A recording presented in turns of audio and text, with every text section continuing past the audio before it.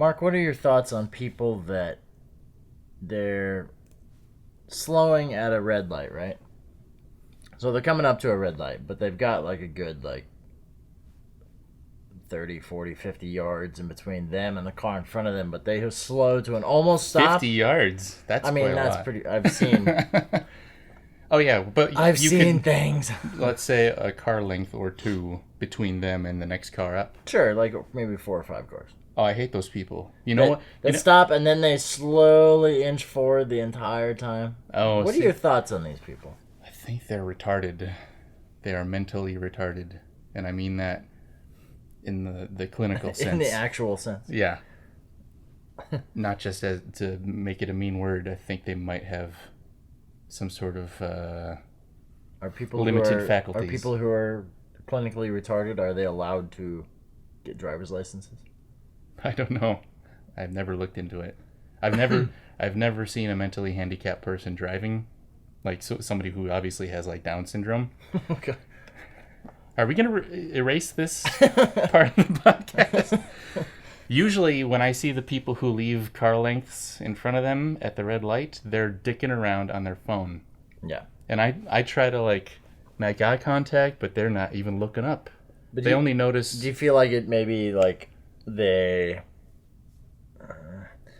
maybe they've ran into somebody before or something like that, and they no, I don't think it's out of precaution. I think they're really just driving like stupid assholes. Yeah, usually. Anyway, one of those people was in front of me on the way here, so it's got me thinking. What would Mark think? Because usually you're the more violent one when it comes to. Oh, I'd like to smack him around a little, but that is against the law. And we are a nation of laws. Right. Too many. We've got too many laws. Too many laws. It's not legal to go and beat people up for driving poorly. How you been? Good. We're back with the hell with this. We have listened to your hundreds and thousands of letters. The fans have said, why is there such a big break in the... Why is there a break? And thank God Chad's gone.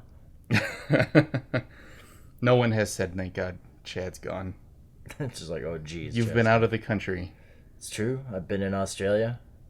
Survived, somehow. Mm-hmm. Did you see any giant bugs? The giant spiders and stuff? I was curiously let down by the amount of things that could kill me. You know? Well, you probably didn't go out like on a walkabout or something. No, I was, the whole time, because we drove from Melbourne to Perth, which is kind of ridiculous to begin with, but you got to cross the Nullarbor, which is this, the Nullarbor, or whatever they call it. It's like just a huge stretch of road that's more or less nothing's on it. Is it like the Autobahn in Australia? Are there any police out there to stop you from speeding? We didn't see a cop until we got to... I think the first cop we saw was in Adelaide. We didn't see any in Melbourne. We didn't see any on the highways or the roads we took, the back roads. I say highways sparingly because their version of a highway is like... Is it just like a two-lane and road? Like kangaroo killers, as we called them, driving the opposite direction, which is basically just semi-trucks, but like twice the size of a semi-truck. And they're built, I'm not kidding, they're built to just go through whatever's in their way. Wow. Because, yeah, the whole time, Mad Max people vehicle. were always saying, well, you can't drive at night because kangaroos will just hop in front of you. And we're like... Stupid kangaroos. Okay, I mean, we've had elk and deer run in front of the car in the Colorado, but... Kangaroos are just deer that use their front legs for fighting. But, until we had crossed, the Nullarbor... I'm saying that wrong. Nullarbor. Until we had crossed into Western Australia, which is basically half the country, and cross the border check where they actually they stop your car. Wait, what? There is a border check? There's a border check, and the whole country is an island. They take all your fruit and everything. Basically, they just were asked for everything, and they took literally every piece of fruit because they must not get any food out there, so they just steal everyone else's. But where would the food have come from? A different country? You didn't swim there. Well, you came in a car. There's a fruit fly that can't cross the desert. And so they don't want to have people bring their fruit flies. Like the different regions of Australia, they actually consider that a border where they have a border patrol. Yeah. Nice. And they haven't had any fruit fly problems on Western Australia, so they're trying to keep all those damn dirty apes from Eastern Australia out. So they stop you there, and then like we're getting there, like maybe it's 4 p.m. You know, we got 2 hours of daylight left, and the lady looks at us. She's like, how much further are you gonna drive tonight? And we're like, well, we've got like another 4 or 5 hours on the road. And but it came out more like, how much further are you gonna drive tonight? Right.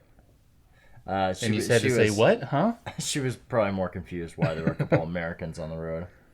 Totally not terrorists using an American accent. Right. But she's like, oh, you need to watch out for the roos. The roos are gonna jump out. Like they start coming out around like dusk. And like, what if you just start driving a little slower so you we're can like, see them? okay, sure, lady. Like we've seen like maybe one on the road, like off the side. We start driving, and I swear to God, we counted over 150 dead kangaroos on the side of the road that had just been like obliterated, just pow by these because big these semi trucks. These semi, you know, you're on a 2-lane road, and you know all it takes is like the semi truck driver to like sneeze and like veer into you, and just like it would rip you in half within like a split second. But basically, like, do you think the philosophy behind that is the trucks just need to keep moving? They can't slow down for fucking kangaroos. They just need to keep driving because that's their job. They need to get their supplies. It's more of a physics thing, I think, because like the size of these things, and like every time one passes, you're kind of like your heart skips because it's like, oh, you know, semi trucks are big in America, but these are like, they call them like, on the back it says road train. Okay, They're so called it's road like trains. a train. It feels like a wheels. fucking train just going woof, like right by you. And so I mean, are they wider? Do you have to like kind of pull a little out of the way to give them room? No, you don't have to do anything. You could just stay where you are. You just hope you don't get sucked in by the suction of it and you're just ripped in half. Yeah. But you know, there's this whole stretch of like maybe a 50-mile segment of road where it was just like you'd be driving, and then like we had to drive so slow because there'd just be kangaroos just standing on like the white line, just sitting there like staring at you as you kind of like barreled forward. Probably standing there with their flexing their little arms, going like, "Come at me, bro." Yeah, and then fight me. Yeah, and then their brother's ripped in half on the side of the road because he did the same thing with a semi truck. I wonder if kangaroos are sort of like dodos. They're next on the list of. They kind of look like extinguished. You know, for an animal that's so like distinct and like, you know, Australia seems to be proud of, kind of like the koala. Like, there's so many of them that are just dead, ripped apart. They sell kangaroo skins all over the place. They sell kangaroo balls, like the pouch, you know. Well, I don't know if it's a pride thing. Maybe they just know, we got a lot of these things. Yeah. And people all over the rest of the world, they recognize the kangaroo as like a symbol for Australia. Australians are probably like, man, these things are fucking everywhere. Yeah. It's probably more of a pest. That's kind of what it seemed like, to be honest. Like I've seen some videos where they're just like hopping through suburban neighborhoods, getting in fights with other kangaroos. I saw that one, yeah. Yeah, nobody wants that. They probably hate kangaroos over there. Well, everybody was like, yeah, kangaroos are not the friendliest things, and they can fuck you up. Yeah. They try to drown you if you're in the water. They just hold you like, down. Well, like their back tail is so strong they just sit on that, and while their feet will push you under the water. Jesus. And that's what this one guy, somebody who we were traveling with, knew this guy who his dog was getting drowned by a kangaroo in like a pond. Mm-hmm. The dog was just being kept underwater by the legs, and so the guy ran out there and punched the kangaroo in the face. Wait. That happened to somebody you talked to? Because there's someone who, it was like a friend of theirs. Okay, because I've seen that video on YouTube. Well, it was where a guy like runs up to a kangaroo that's attacking its dog, and he just goes boom right in its jaw. I'm not surprised. And the kangaroo is stunned for a second, like, wait, this guy fought back? Normally everybody runs. This guy probably didn't have it as lucky because he ran up, punched the kangaroo. The kangaroo like turned around, tried to stuff, like push him underwater. And he was pushing they got in a fist fight basically, and the kangaroo like clawed half of his face off, and they brought him into the ER or whatever, and all the doctors were coming in, one doctor at a time, to like meet the guy who had gotten in a fight with a kangaroo. And lived to tell the tale. But yeah, they were splattered everywhere on that road, like, and they were just dumb. They just kind of like sit there and like stand on, the yellow line, just like hang out and watch you like drive by, like, and they all come out like right at dusk. It's like they just sleep all day. Animals are, they seem dumb because they don't know what cars are. If a UFO came down and just flew through your neighborhood, I'd be like, probably lots of people would be out on their doorstep watching it, just like the kangaroos watching the cars. Okay, Mark, I get what you're trying to say. Though I would imagine that we would learn if the UFOs were zapping all the people watching, we would stay the fuck inside. Probably. Kangaroos don't seem to put that together.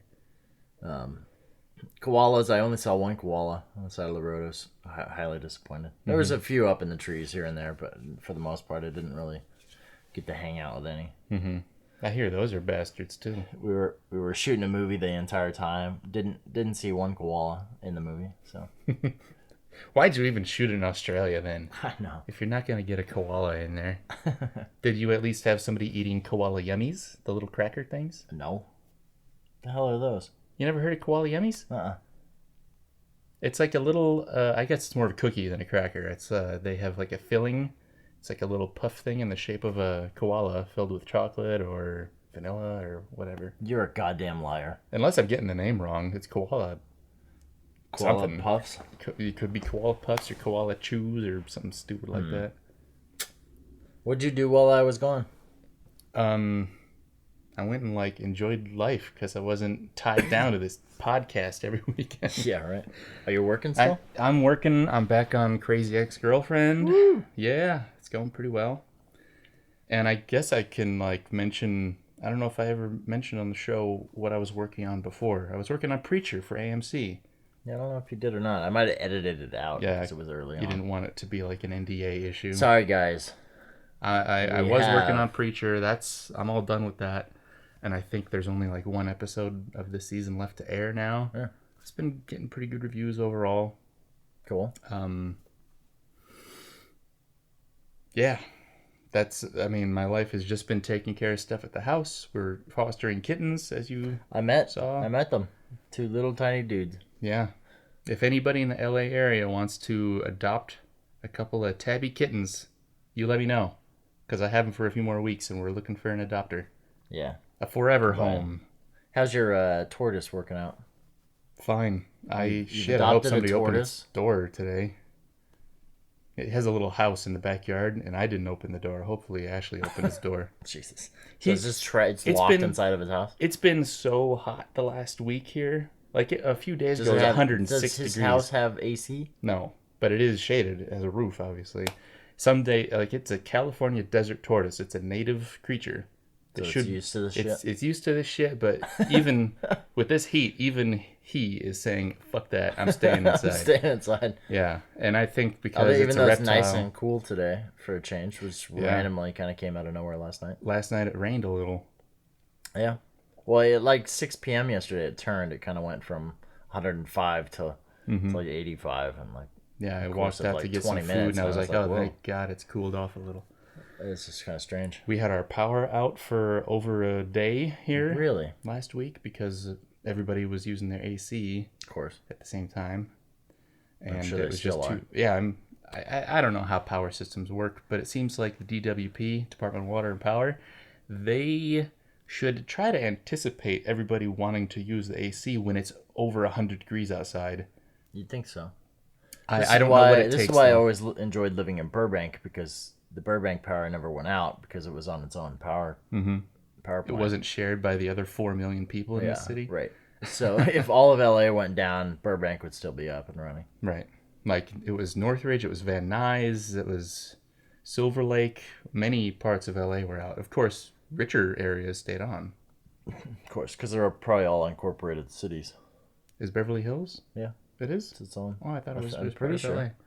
I guess that makes 90% sense. sure. Okay, maybe 20% sure. That's a big swing. 70% change in a second. So I guess while we're on the theme of making movies, we should talk about the movie we're going to watch today. The Player. It's called The Player by Robert Altman. Our second Robert Altman movie. It's true. Not deliberate. We're not trying to do like a Altman thing. No, because if you listen to our last Altman commentary, we weren't massive fans. Yeah. I think we enjoyed Long Goodbye, but we weren't like head over heels for Altman's style. Yeah. I guess I kind of I can appreciate Altman for doing what he does without being a fan of what he does. Like he had a way of working within the Hollywood system to make these weirdo art house type movies. Do you think he would describe them as weirdo or just like no, since just it was his style? I don't think he would. He probably thinks, no, this is how people really act, and this is how I see the world. And what do you mean it's weird? Maybe he didn't. Maybe he wasn't buddy. Maybe he wasn't trying to perfectly represent the real world. Maybe he was just trying to create his own. I guess I don't know. It's the way his dramas unfold. I don't even know how to describe it. It doesn't. It definitely feels like characters on a page in most of his movies. This was definitely one of those movies that came up quite a bit in film school. I don't remember. I feel like we had watched it twice. Once in a drama class, and once in Intro to Film. And I think this came up. I don't know if this wasn't a structure movie, but I think it might have been sound editing. Mm-hmm. Or like sound recording or something. Is this another Altman thing where there's lots of overlapping dialogue? There's lots of overlapping dialogue. There's a traveling camera that's following all these different conversations going on. It kind of bounces from one to the other. Mm-hmm. You know, it's like Altman. Like 25 people wearing lavs that had to be mixed later. Right. I feel sorry for the sound mixers. Or maybe they loved it. They're like, wow, this a challenge, finally. Finally get to use my 25-track sound mixer. Like, how often does that happen? Yeah, so it's like it's been a long time since I've seen it, so I don't really remember. I remember like bits and pieces, but I don't remember like the arc or anything like that. I have never seen it. I've kind of wanted to a long time. I own it on Blu-ray. You just got the better Criterion. Yeah. Well, I think I bought it used or whatever. Yeah. The only thing I know about it has a lot of Hollywood cameos because it's set in Hollywood. Tim Robbins plays like an agent guy or a studio producer person, I don't even know. And like the opening shot, it's something like a 10-minute opening shot that sort of references Touch of Evil while the characters are talking about Touch of Evil. Well, it recreates the famous shot from Orson Welles' Touch of Evil. That was the first thing you see is somebody puts a bomb in the trunk of a car, and then you follow that car as it drives through crowds of people up to a border checkpoint or something like that. Yeah. Well, that I've never seen Touch of Evil, so I couldn't tell you there. Okay. But it was interesting because I don't know if they talked about it in The Player, but the original Touch of Evil, when it came out, that shot was famous for two reasons. One, because it was like so gorgeous, and the studios like threw music and credits over the entire thing, so it kind of ruined it. Yeah. Finally, Orson Welles' cut was his restored. Cut was restored in like the 90s and re-released. So I don't remember if they talked about that or not in The Player, but that was definitely one of those things that kind of came up. Mm-hmm. But anyway, let's get going on this. Let's do it. From director Robert Altman comes a story of Hollywood. I got a writer in here who's got a pitch I think you ought to hear. I think it's hot. We open outside San Quentin. The Graduate, Part 2. And Mrs. Robinson had a stroke, so she can't talk. It's gonna be funny? Yeah, it'll be funny. Griffin Mill is a hotshot studio executive. Yes! Angelica, Griffin Mill. Oh, hi. Good to see you. Malcolm McDowell. Hi, how are you? Hi, Bert. Hi, Griffin. Good to see you. He's heard every pitch. That's exactly right. It's Out of Africa meets Pretty Woman. He knows all the angles. We're gonna have a little sex in this, Miss Brit. Yeah, sure, of course. We'll get it. Slowly, he pushes her panties down to her knees. And all the players. Where are the stars? No stars. No stars? Bruce Willis. I want Bruce Willis. Not Bruce Willis. No Schwarzenegger. Julia Roberts. Now, he's about to star. How did this get here? They're coming from a writer. Hello, is David Kahane there, please? This is Griffin Mill. Who's a dead man? In his most unforgettable story yet. Stop all the postcards! I don't write postcards! I write This is a tough story. A tragedy. Not unlike Ghost meets Manchurian Candidate. The trouble is, Something you have to know. If you went to Pasadena with intent to kill, you could go to the gas chamber. it's not a movie. I'd like you to come down to the station. I would hate to get the wrong person arrested. Oh, please. This is Pasadena. We do not arrest the wrong person. That's L.A. It's his life. Are you seeing someone else? You took her to a party, Griffin, with several hundred of my best friends. Do places like this really exist? Only in movies. Robert Altman's The Player. Can we talk about something other than Hollywood for a change? Yes. We're educated people.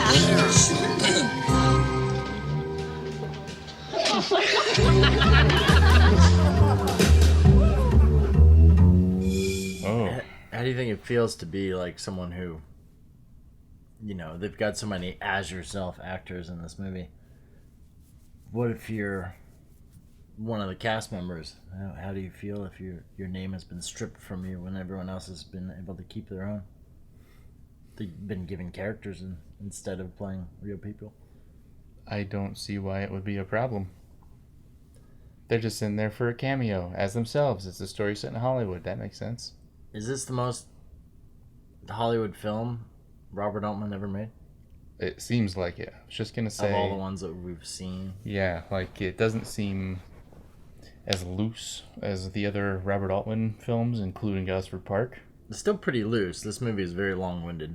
Yeah, but we're not seeing like the roaming camera letting the actors improvise. It feels very controlled, as evidenced by that first 6-minute shot or whatever going from window to window through the lot. Mm-hmm. Like you can't just wing it with something like that. That was all very choreographed, but it still felt natural. I'm sure it took them a day or two of just rehearse and then a day or two just shoot. And I love Fred Ward's character. He's like the head of security for the studio, and he's the one who first mentions Touch of Evil. Yeah. And then he keeps, every time we go back to him, he's talking about another long take in some famous movie. Well, I love he's that just he's obsessed always with not cutting. It wasn't only that, but people kept mentioning other movies to him that were great, and he's like, "No, I haven't watched that. No, I haven't seen that one either." Yeah. Only Touch of Evil and like one or two other movies. Then not only just that take, but there's a few other ones like, you know, Tim Robbins is shooting hoops.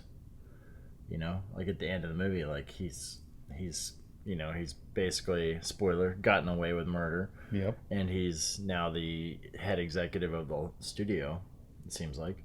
And he's, you know, one-handing a basketball shot, and he makes a shot from his desk, which... I wonder how many takes that... I'm sure that had to take a few takes. To nail. And but there's a few other ones, too, like just timing on stuff where I watched it, and I was like, damn, they must have done that like 30 times before they got it right. Fred Ward also with the basketball. He's not even facing Tim Robbins, and he goes, think fast, and he throws it over his shoulder and almost beans him right in the nuts. Almost hits him in the nuts. That was such a weird Fred Ward delivery, too.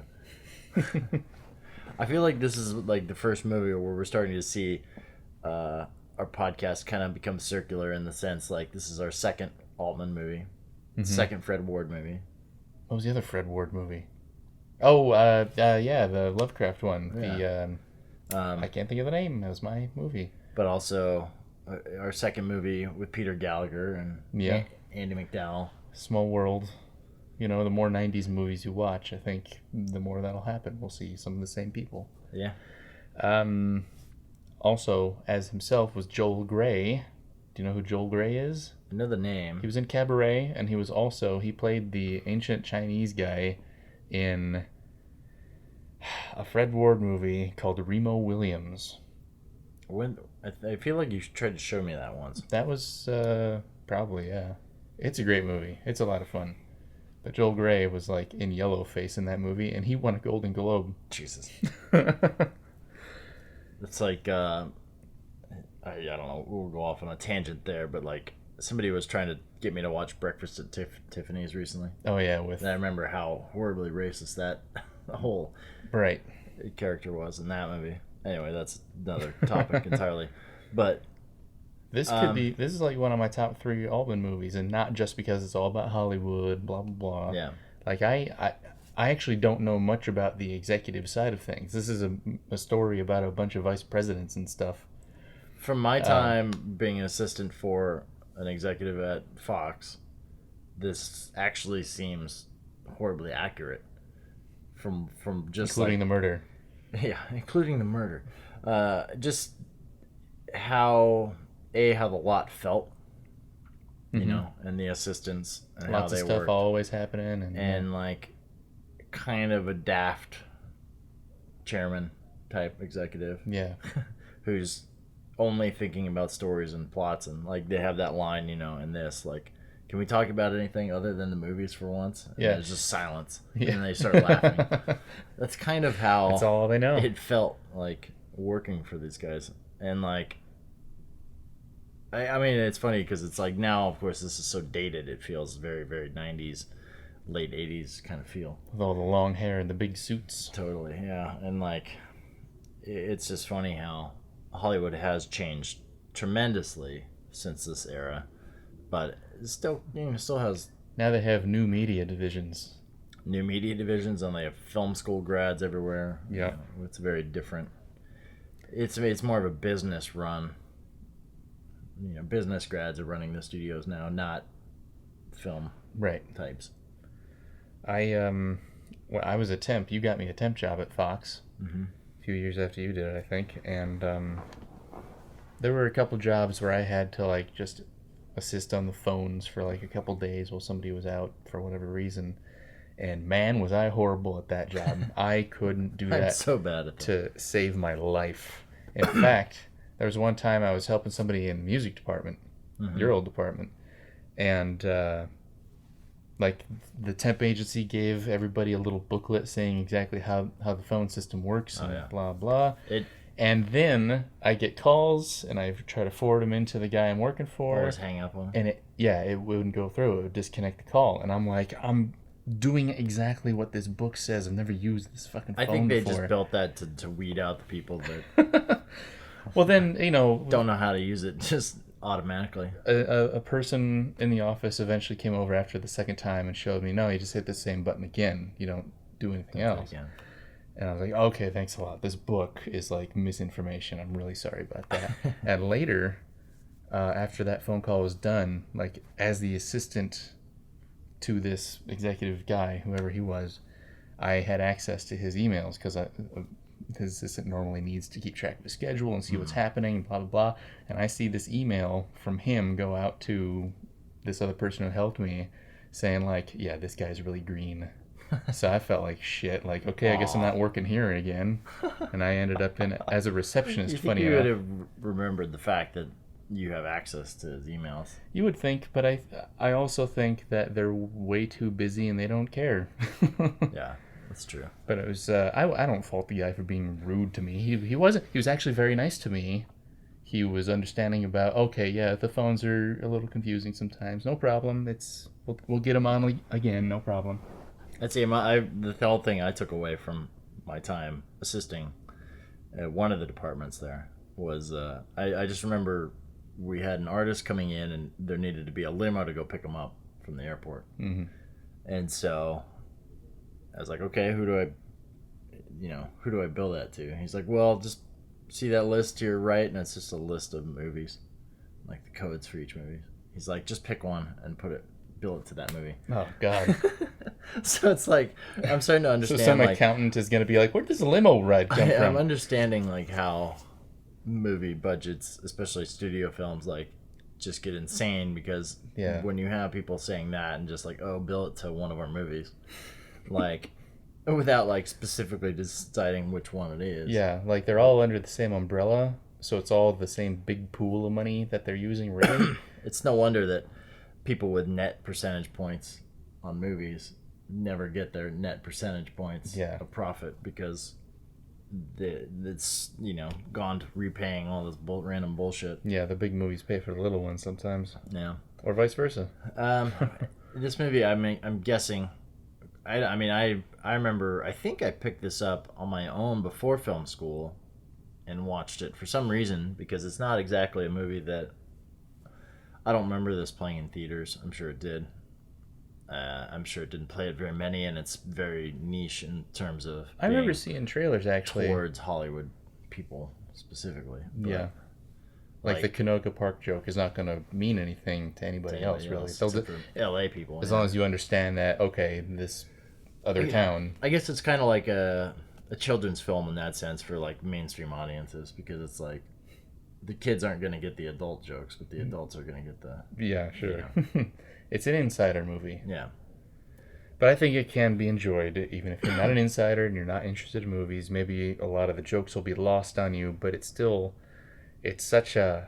interesting, cynical story about how sometimes, like, the kind of person that gets ahead in Hollywood is the kind of person who would murder a critic, basically. Right. And then someone who because he's murdered someone, he shoots to the top, Yeah, like it's kind of that.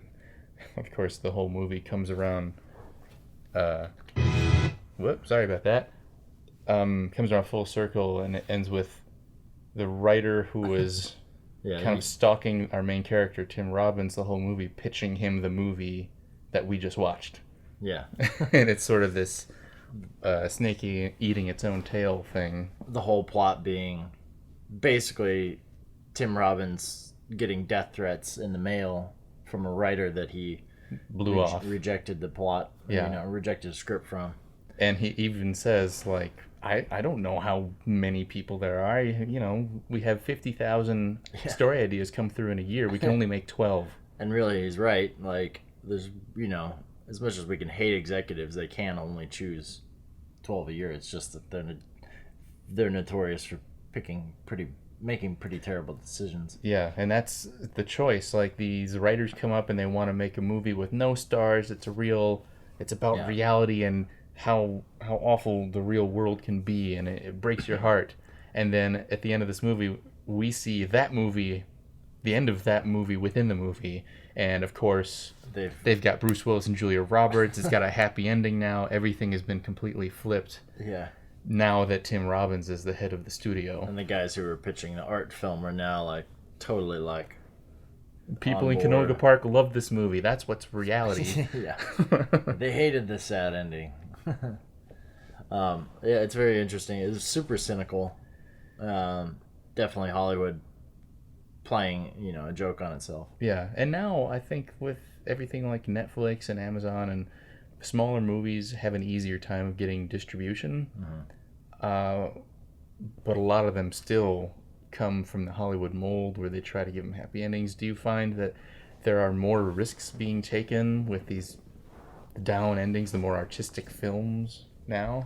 For sure. I think there was definitely a lull. I mean, I think that it hit its peak in the 70s, to be honest.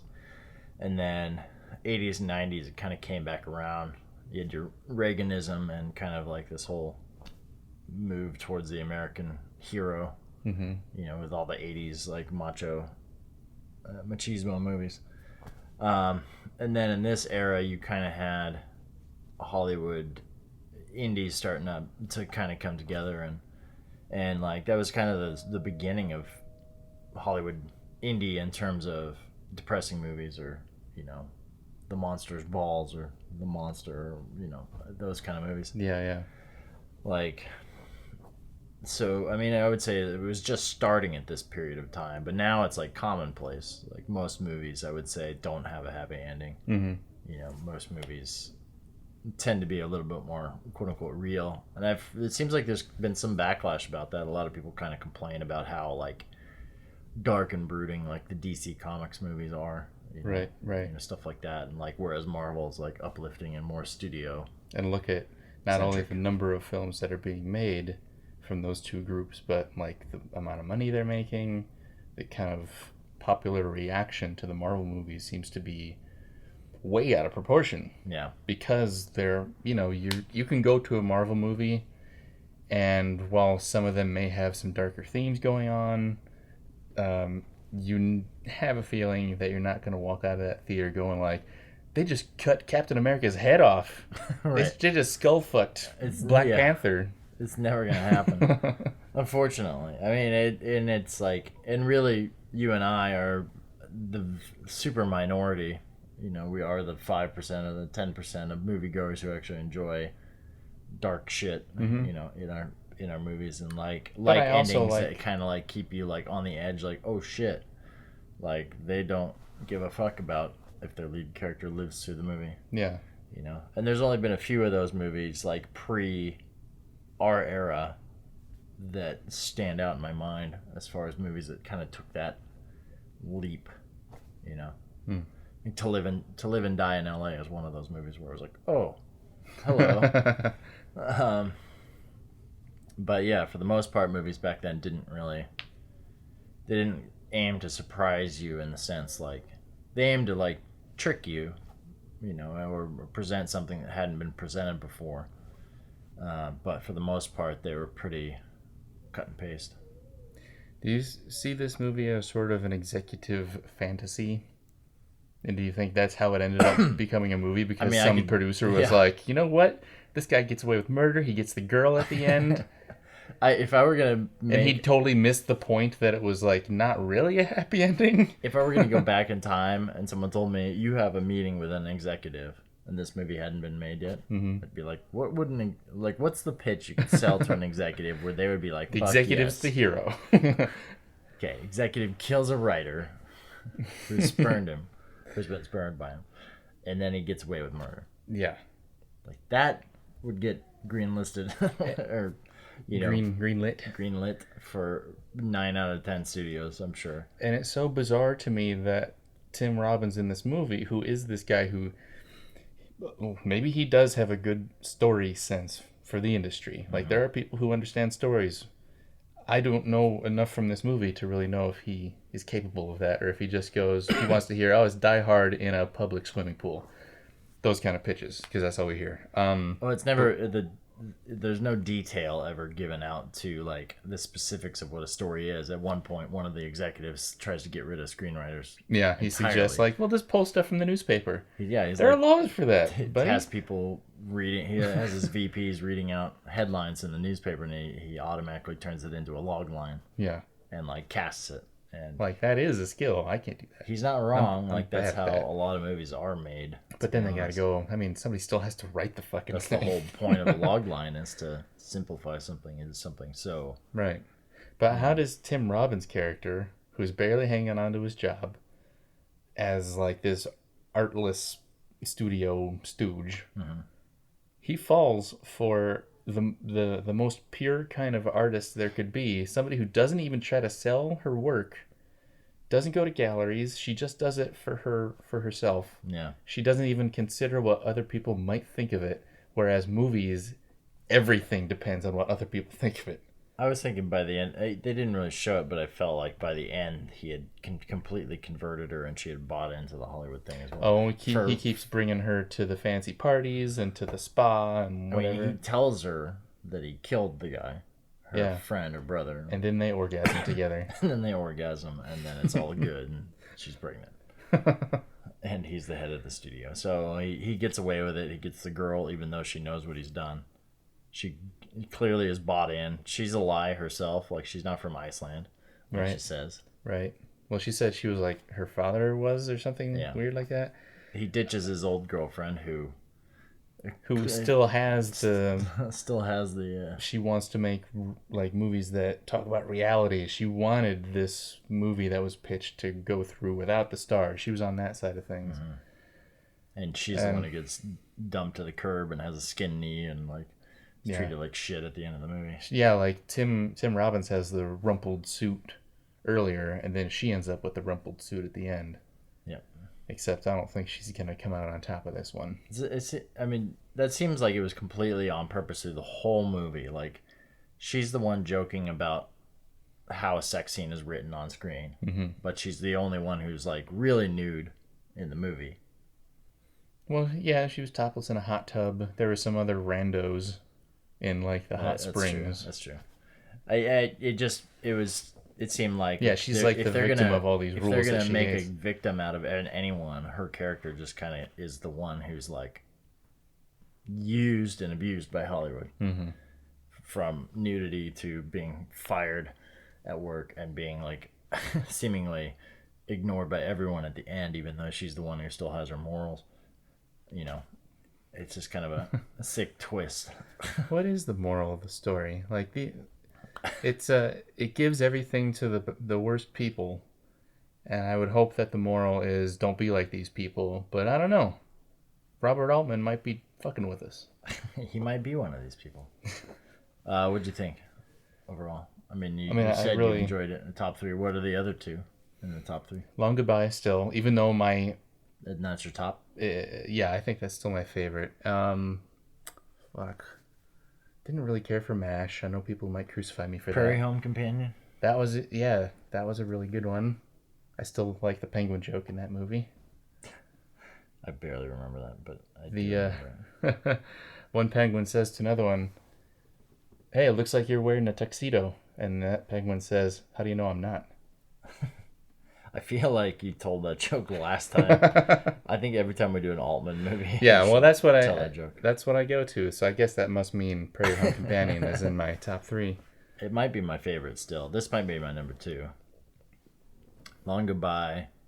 I don't recall any other Altman films, so Long Goodbye is probably like number 5 or 6. Well, there were Shortcuts, Pret-a-Porter. I still wanted to see the one with Neve Campbell about the ballet. Oh, I don't know that one. He did some like John Grisham movie that I can't remember the name of. It got like critically panned. It was not a good movie. I could see that. That was his style. Maybe his last try at making a fucking Hollywood movie, and it didn't work. He never did it again. Yeah, I could see him like failing at anything that was like too. Because this movie is super long-winded. It feels like it's 45 minutes longer than it needs to be. You know, it's only 2 hours. You're saying it could be an hour and 15? It feels like 3. It's a 3-hour, 2-hour movie. Okay. I really like that there's enough Altman traits going on to remind you of that it's an Altman movie. But enough. He's not getting in his own way. He's not shoving his directing style down your throat. True. And I felt good about that. But a lot of times, in the first half of the movie especially, when they're going to parties and everybody's talking over each other, they do a thing where they have 2 people in the foreground, say Burt Reynolds and the guy he was sitting with. Zooms past them. And then at first Iraq focuses to the background where Tim Robbins went, and then they kind of mix Burt Reynolds down, and then they zoom in to cut out the others completely. Burt out entirely, yeah. But in that transition, while it's still happening, you're kind of going, holy shit, I can only hear so many people speak at one time and understand. So it's not like I ever lost track of the story, but in the first 10 minutes, I didn't know who the fuck anybody's name, like what their names were. So when somebody says, so-and-so's on the phone, I'm kind of going, what does that mean to him? Did they just talk about him in this big, long, uncut shot? Because I don't remember. I was too busy being like wowed by the shot. Yeah. So apart from a few things like that, I thought he did a fine job. I'm sure he would love to hear that I appreciated his directing. Well, it's funny, as distinctive as the style is, to me in a way it's almost undistinctive. In like it's indistinct. It's like it's almost like very simplistic filmmaking in a way.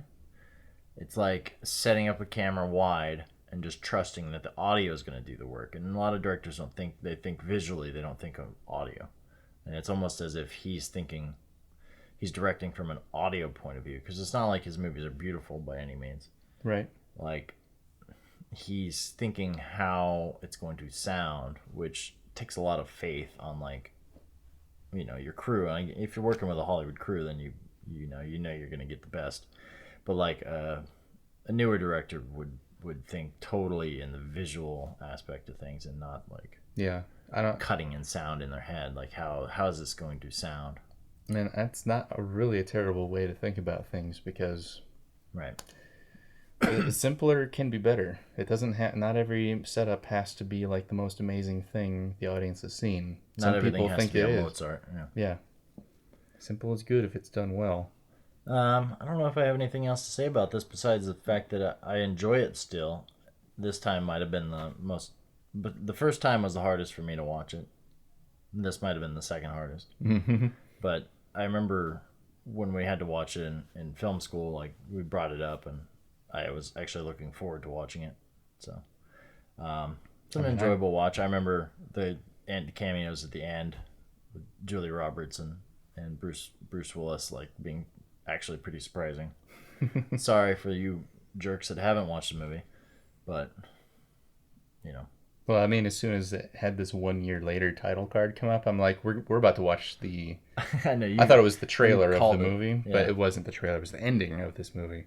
I'm really glad I saw this finally. I mean, it's been on my list for a very long time. This was well worth the 2 hours. Yes, the 3 hour, 2 hours. Well, I think that's it for the hell with this week. Cool. That was our return episode. Grand return from down under. At least one of us. Yeah, I didn't get to take a fancy trip. I don't even have a passport. Nope. Wow, you should get on that. What happens if you get hired on a job overseas? Sorry, guys, I don't have a passport. I don't have much interest in it. Like, sorry, Mark, we don't have a job for you either. Bye. Till next time.